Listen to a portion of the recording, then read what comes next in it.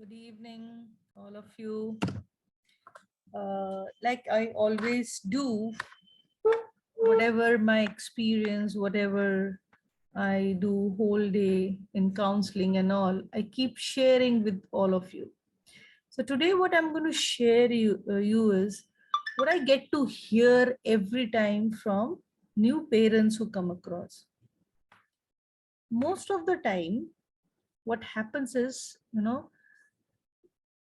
when a parent come and they come with all the kind of issues they want to discuss with me. Probably they come to a special school when they already have gone through a lot of trauma by visiting other places. Now what I'm trying to say is, मैं हिंदी में भी बोल रही हूँ ताकि सबको समझ में आए. एक पेरेंट एक स्पेशल स्कूल में कब आता है? जब वो हर जगह से हार जाता है.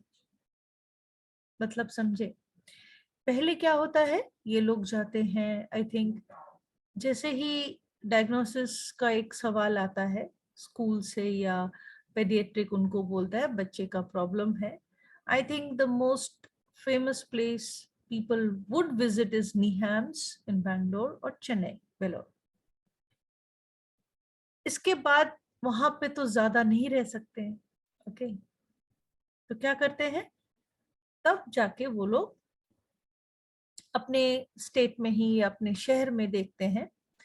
तो देखने के बाद क्या होता है, क्या मिलता है, थोड़ी नाराजगी मिलती है, क्योंकि उन्हें कोई ये नहीं समझा रहा है कि प्रॉब्लम क्या है, इश्यूज क्या है. ठीक है ना. सो प्रॉब्लम क्या है, इश्यूज क्या है, जब एक माँ बाप को नहीं बताया जाता है हाथ पकड़ के, तो उस वक्त क्या होता है, वो क्या करेगा, कहाँ जाएगा, ये उनको समझ में नहीं आता है ना. तो ज्यादातर क्या होता है, गलत दिशा में चले जाते हैं और कुछ बातों के लिए बहुत नुकसान हो जाता है, बहुत देरी भी हो जाता है. सो ये जो नुकसान होता है, ये जो देरी हो जाता है, इसकी भरपाई कौन कर सकता है. अब जब ये लोग सोचिए घूम फिर के सही जगह पे आते भी हैं, तो जिनके पास आते हैं उनके लिए भी ये बहुत मुश्किल होता है. जैसे मेरे पास अगर आते हैं तो मेरे लिए बहुत मुश्किल हो जाता है, इन द सेंस बहुत मुश्किल होता है कि मेरे पास अगर आते हैं, क्योंकि देखिए जब वो बच्चा ऑलरेडी बड़ा हो गया है, उसका ऑलरेडी सेंस डेवलप कर गया है और वो गलत चीज ऑलरेडी सीख लेता है, तो उसको सही करना बहुत मुश्किल होता है ना.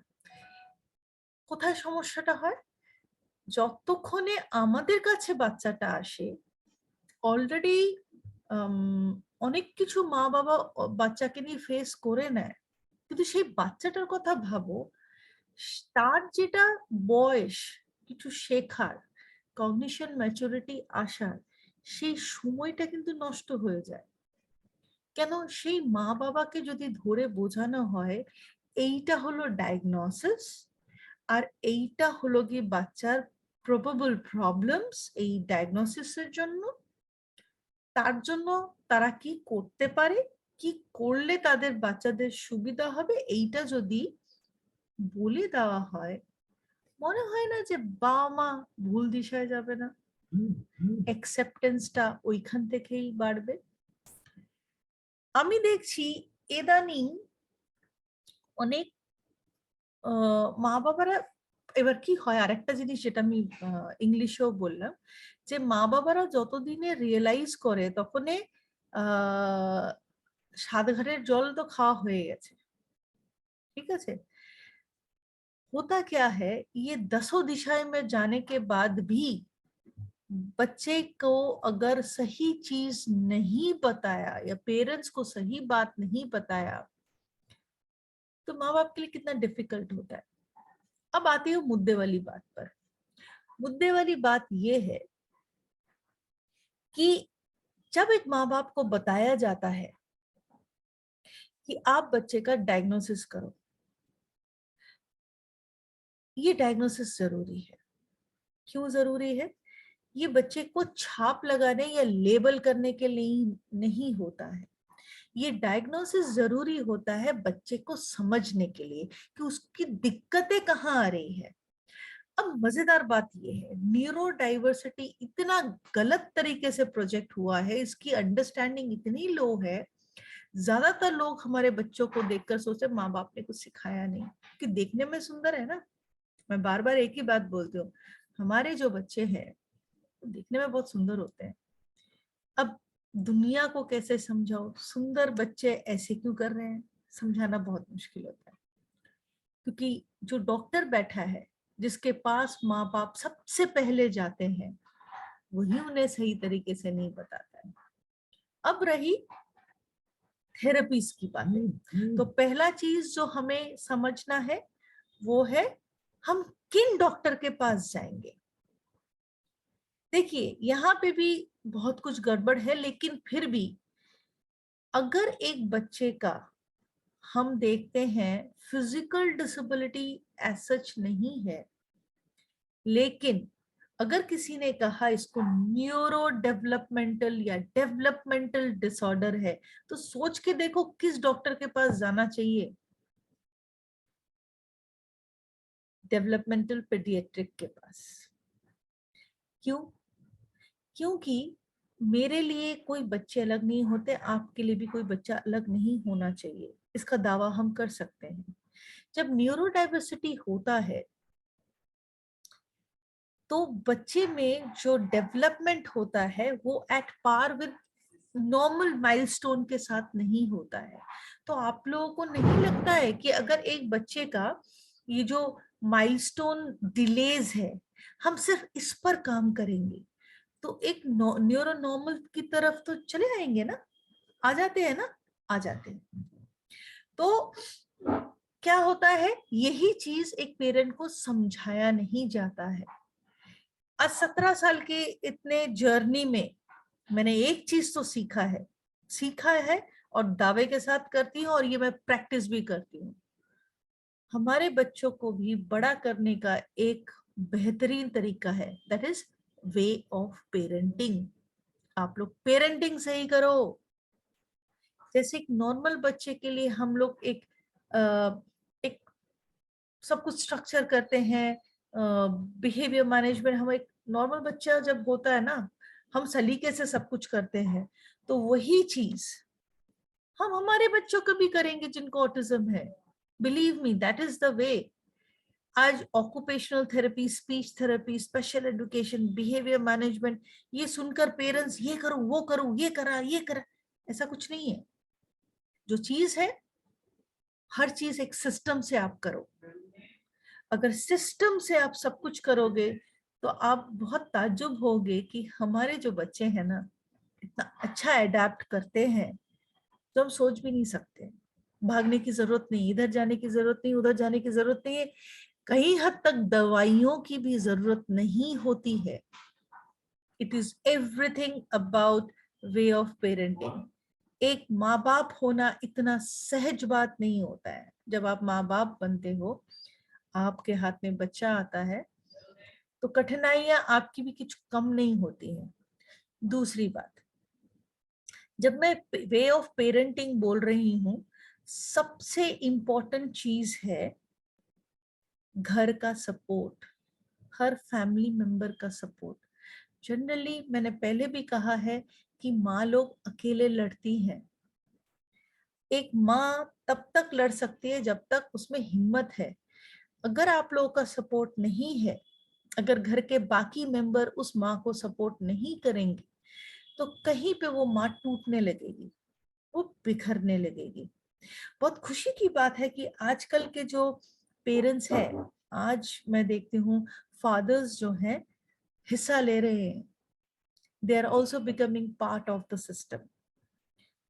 बट बहुत दुख की बात है कि अभी तक उस जगह का जागरूक नहीं हुआ है। एक माँ लड़ती है, कुछ भी काम आता है जब हम, जैसे मैं पेरेंट ट्रेनिंग करती हूँ, मैं पेरेंट्स को बहुत सिखाती हूँ। तो जब पेरेंट्स को मैं सिखाती हूँ, एक आवाज बहुत प्रोमिनेंट से आती है, वो माँ सीख लेगी बाकी को सिखा देंगे। नहीं, ये शब्द कहीं ऐसा भी तो हो सकता है, ठीक है आप माँ को सिखा रहे हो, मैम मुझे भी सिखाएंगे, तो मेरी मोटिवेशन और डबल हो जाएगी। ये सिर्फ एक माँ का काम नहीं है, ये एक परिवार का काम है कि आप मिलके उस बच्चे की मदद कीजिए। क्योंकि अगर आप परिवार होके वो सपोर्ट नहीं दिखाएंगे तो एक माँ तो हार ही जाएगी, साथ में वो बच्चा हार जाएगा जो आपकी उंगली पकड़ के चल रहा है। अब वापस आती हूँ डायग्नोसिस में। कुछ बच्चों की बहुत सारी प्रॉब्लम्स होती हैं, ठीक है, तो उनके लिए मेडिसिन जरूरी होती है अगर कोमोर्बिडिटी बहुत सीवियर हुआ। लेकिन प्लीज प्लीज देने से पहले 1000 बार सोचिए। हमेशा मेडिसिन काम नहीं आता है। जैसे बहुत बच्चे हैं, बहुत ज्यादा उसमें सेंसरी इश्यूज है, ठीक है, बहुत ज्यादा सेंसरी, शायद अपने आप को सेल्फ हिट कर रहा है, अपने आप को मार रहा है, आपको मार रहा है। थोड़ा रुकिए, सोचिए कि वो क्यों कर रहा है। क्या वो सिर्फ दवाई से ठीक होगा? और दवाई देंगे तो कब तक?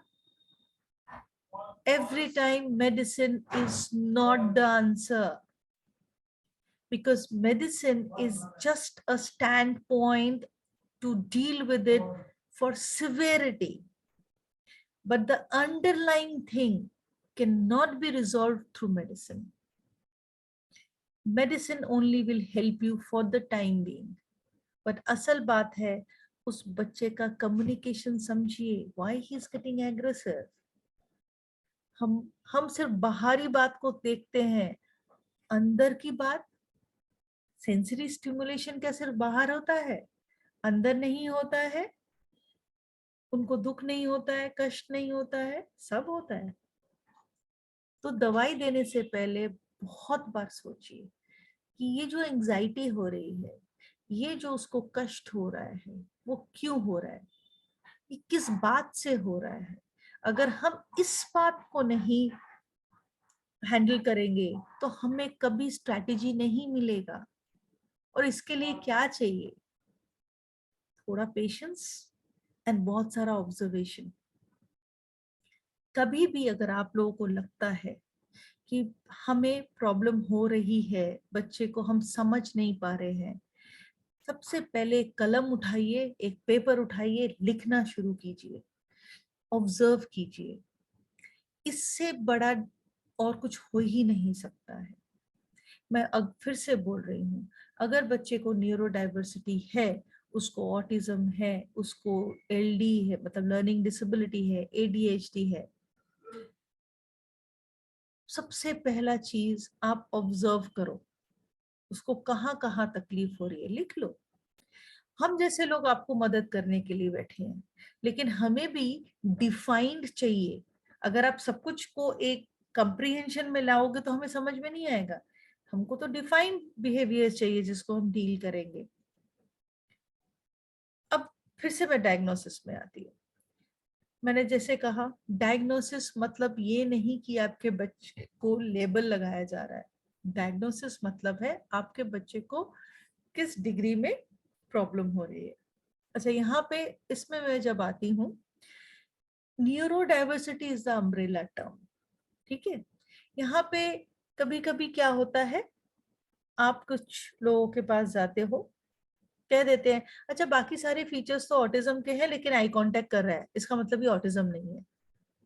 ऐसा कुछ नहीं है, ऑटिज्म में भी आई कांटेक्ट होता है, कभी, ज्यादातर नहीं होता है, पर कुछ बच्चों में आई कांटेक्ट होता है। इसका मतलब क्या? इसलिए अगर आसपास आप जाओगे, उस इंस्टीट्यूट में जाओ जहां पे आपके बच्चे का फंक्शनल असेसमेंट हो।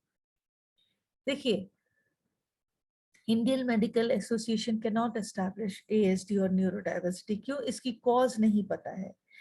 मेडिकल एसोसिएशन में अगर कॉज नहीं पता है तो आप डायग्नोसिस क्राइटेरिया फिक्स नहीं कर सकते हो। पर मैंने पहले कहा कि हमें सबको पता है, साइंस ने प्रूव किया है, these are the parameters of human development.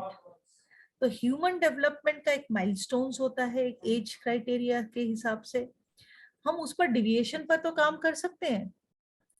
तो ये डिविएशन निकालना है आपका फंक्शनल असेसमेंट।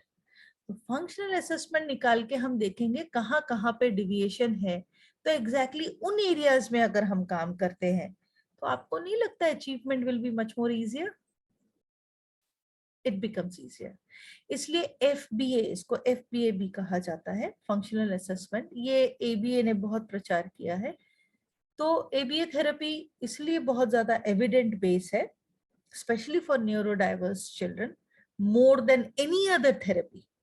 अगर आपको ऑक्यूपेशनल थेरेपी, स्पीच थेरेपी, कोई भी थेरेपी देना है, उसके साथ ये एबीए जाता है। वेस्टर्न कंट्रीज में actually one has to be a certified behaviour therapist along with this profession, otherwise it's not done. India में behaviour management is very difficult, क्योंकि हम लोग every demographically we are so different, class culture, caste, everything is so different. तो हर एक के घर का नियम ही अलग है। पंजाब में जाओ 7:30-8 बजे इंसान डिनर कर लेता है, बंगाल में आओ तो रात के 11-12 बजे चावल खाने बैठते हैं। So it's so different, structure करना बहुत मुश्किल हो जाता है इसलिए। But believe me, it's very important, it's very important that you structure your environment. अब ये स्ट्रक्चर जब हम बोलते हैं, हम पेरेंट्स लोग बहुत घबरा जाते हैं, पता है क्यों? क्योंकि अगर हम स्ट्रक्चर की बात करते हैं, एक तो हमें समझ में नहीं आता ये स्ट्रक्चर है क्या, दूसरा क्या हमें अपना लाइफस्टाइल कॉम्प्रोमाइज करना पड़ेगा? ये बहुत बड़ी बात है, हमारी लाइफस्टाइल कॉम्प्रोमाइज करनी पड़ती है, डेफिनेटली करनी पड़ती है। पर क्या ये सब कुछ है? नो। स्ट्रक्चर क्या है इसको ठंडे दिमाग से सोचो। हम लोग कैलेंडर करते हैं ना, हम सब कैलेंडर, डेट बोला तो पहले ही रेफर करेंगे, अच्छा उस डेट में मेरे को ये सेमिनार करना है, अच्छा वो कौन सा डेट है, उस दिन हम देखेंगे, चेक करेंगे रिमाइंडर्स में क्या उस दिन कोई दूसरा प्रोग्राम तो नहीं है, 2 ओवरलैप तो नहीं कर रहा है। मैं तो बहुत करती हूँ, बुढ़ी हो गई हूँ, करती हूँ। तो ये हमें चेक करना पड़ता है। तो that reference is structuring, right? हम स्केड्यूल करते हैं। बचपन में स्कूल में किया है ना, डेट शीट, सबने डेट शीट काम किया है।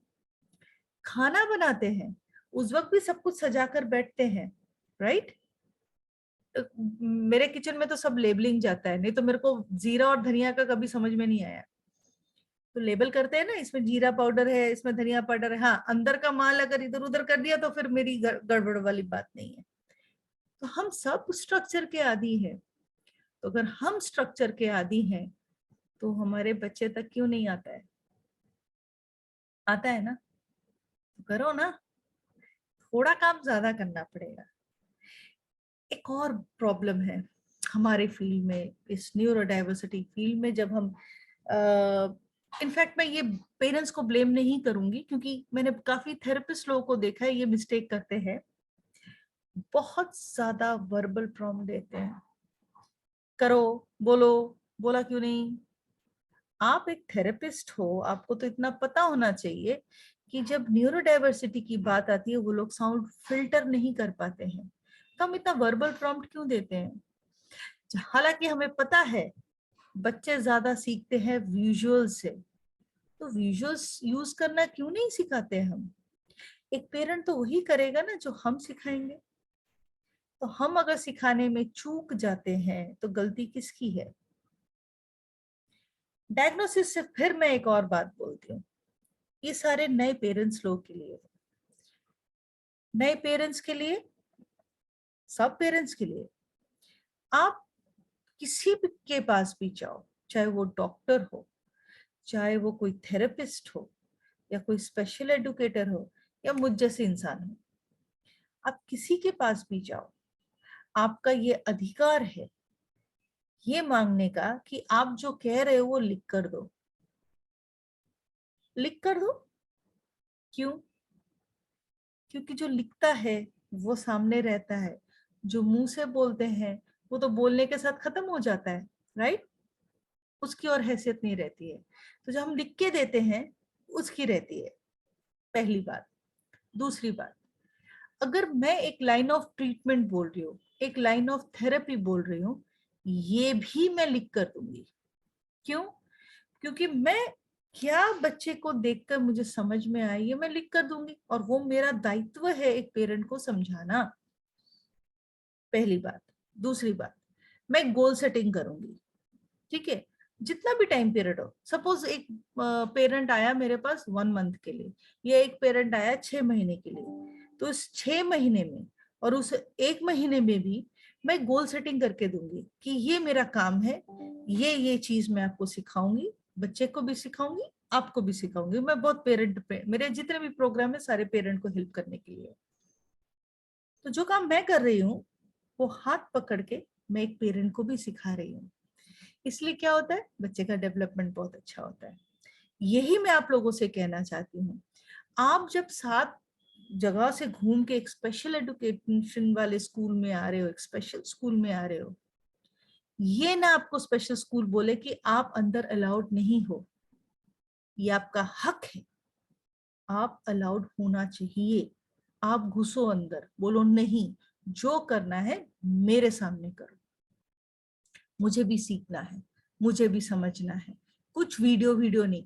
अगर थेरेपिस्ट अच्छी है वो आपके सामने काम करेगी, अगर थेरेपिस्ट ठीक नहीं है वो पेरेंट्स को बाहर भेजेगी।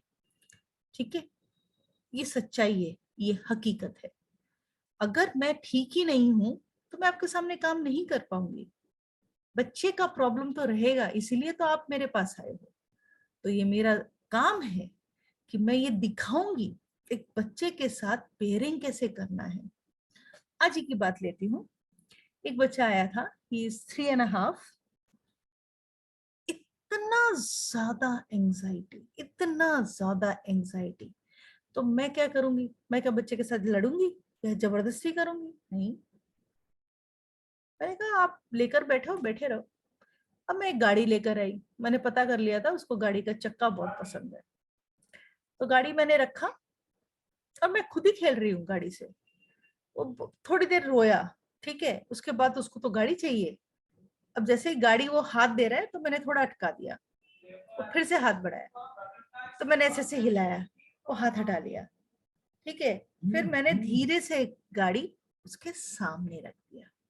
ठीक है, उसने लिया और मेरी तरफ देखा, मैंने स्माइल किया, उसने स्माइल किया। मैंने कहा हो गई दोस्ती। उसके बाद वो मुझसे कह रहा है जिंदगी, उसके माँ बाप बोले जिंदगी में पहली बार किसी स्ट्रेंजर से वो बात कर रहा है। क्यों? क्योंकि मैंने उसको परेशान ही नहीं किया। मैंने तो उसका क्यों से ही उससे दोस्ती की। क्या ये एक थेरेपिस्ट नहीं कर सकती है? कर सकती है। यही चीज तो सिखाना है कि हम दोस्ती बच्चे के साथ पहले कैसे करेंगे। जबरदस्ती करके कोई काम नहीं होता है, खेल खेल में होता है। बच्चे हैं, इनको भी खेलना आता है, शायद इनका खेल हमारी तरह नहीं है, लेकिन ये हमारा दायित्व है समझना कि बच्चे के साथ खेलना कैसे है, और यही पेरेंट को भी सिखाना है। इनकी दुनिया बहुत अजीब, बहुत सुंदर है, सिर्फ हमारे में समझ कम है। हाँ, एक चीज है, जब भी ये डायग्नोसिस होता है हम पहले सहम जाते हैं कि हमारे बाद हमारे बच्चे का क्या होगा। अरे हमारे बाद हमारे बच्चे का तो छोड़ो, पहले ये सोचो कि उसको अभी से कैसे इंडिपेंडेंट बनाए। हाँ, क्लास 10 पास नहीं करवा सकते हैं, लेकिन कुछ सिखा नहीं सकते, ये किसने कहा? बहुत कुछ कर सकते हैं हम लोग। थोड़ा धैर्य पकड़ो, मायूस मत हो जब आप लोग किसी की सक्सेस की कहानी सुनते हो। नहीं, मायूस मत होना, क्योंकि मुझे पता है, ये मैं देखती हूँ बहुत जन, बहुत इंस्टीट्यूट, बहुत थेरेपिस्ट, जो बच्चे बहुत अच्छा काम करते हैं उसके साथ काम करके दिखाते हैं।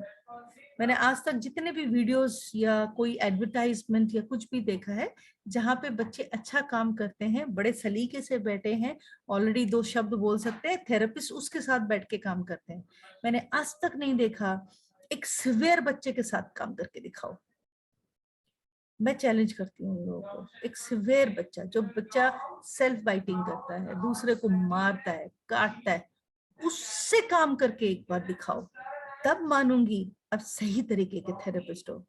मैं क्लेम नहीं कर रही हूँ कि मैं बहुत अच्छी थेरेपिस्ट हूँ, मैं कोशिश करती हूँ, मेरी मैं सोचती हूँ मैं बहुत कम काम किया है। मैं ये कह रही हूँ कि गलत फहमी में मत पड़ो कि ये लोग दिखा रहे इतने बच्चे हाई फंक्शनिंग है, हाई इंटेलिजेंट है, इस बात से आप मायूस मत हो कि मेरा बच्चा सिवियर है। प्लीज, सिवियर मतलब ऐसा नहीं है कि उन्हें कुछ नहीं आता है। सही तरीके से सिखाओगे तो उनको भी बहुत कुछ सीखना आता है। मेरा कहने का मतलब है कि ये जो एड्स दिखाते हैं सब अपने आप को जाहिर करने के लिए दिखाते हैं। मैं भी आप लोगों से जाहिर करने के लिए दिखा रही हूँ, लेकिन मेरा उद्देश्य अलग है। मैं एक पेरेंट हूँ बिफोर अ प्रोफेशनल, और मैं इन सारी तकलीफों से गुजरी हूँ। इसलिए मैं और मेरी दोस्त मितुल हम लोग यही काम करते हैं कि कितना आप पेरेंट्स लोगों को सिखा सकते हो। मेरे जितने भी प्रोग्राम है, it's not for professionals, it's all of them for a parent. चाहे आप हिंदी हो, आप बंगाली हो, इंग्लिश, तो खैर सब कुछ है। क्यों? क्योंकि इन तकलीफों से मैं गुजरी हूँ। मुझे पता है एक पेरेंट में क्या तकलीफ होती है कि उसको कोई समझाने वाला नहीं होता है। सही दिशा में जाने के लिए आपको खुद पढ़ना पड़ता है, आपको खुद समझना पड़ता है। ये दिमाग में लाइए। इसलिए जब डायग्नोसिस हाथ में आता है, आप प्लीज कोई ये मत सोचो कि मेरी दुनिया खत्म हो गई। ये सोचो कि मैं इससे कैसे उभरूं, और मेरे जैसे जितने पेरेंट हैं उनसे कैसे जुड़ूं। ये बहुत जरूरी है, क्योंकि ऑटिज्म फील्ड में यूनिटी बहुत कम है। Yes, down syndrome, cerebral palsy, इन सब बच्चों के जो पेरेंट्स है बहुत यूनाइटेड है। ये हम ऑटिज्म वाले हैं ना, हम लोग यूनाइटेड नहीं है। हाई फंक्शनिंग बच्चों के पेरेंट्स बोलते देखो वो सिवियर है, उससे भी दूर रहो, उनसे मेरे बच्चे को कुछ हो जाएगा। ये माँ सोच रही है नॉर्मल भी नहीं रहता, ये लोग भी नहीं रहता, हम कहाँ जाएंगे। सो मन खराब मत करो, आप लोग जुड़ना शुरू करो। बी यूनाइटेड, एक जगह हो जाओ। एक जगह होने से सबसे इंपॉर्टेंट काम कर सकते हो, सोशलाइजेशन। ये जरूरी है, सोशलाइजेशन, इस पर लगे रहो। सोशलाइजेशन अगर नहीं करोगे तो हम एक एक रास्ता तो पीछे ही रह जा रहे हैं ना। हालांकि हमारे बच्चे कुछ सिवियर है, कुछ अलग है, बट प्लीज मिक्स अप। मेरा क्लब गुड होप है, आप लोग अगर बंगाल में हो तो आ जाओ, हम लोग मिलके मस्ती करेंगे। बट प्लीज, डायग्नोसिस सुनने के बाद दरवाजे बंद मत करो। Don't close doors. There is a beautiful world waiting. It is very important that we come together, we think about it. Let's do it. Be united. Okay? Take care. Good night.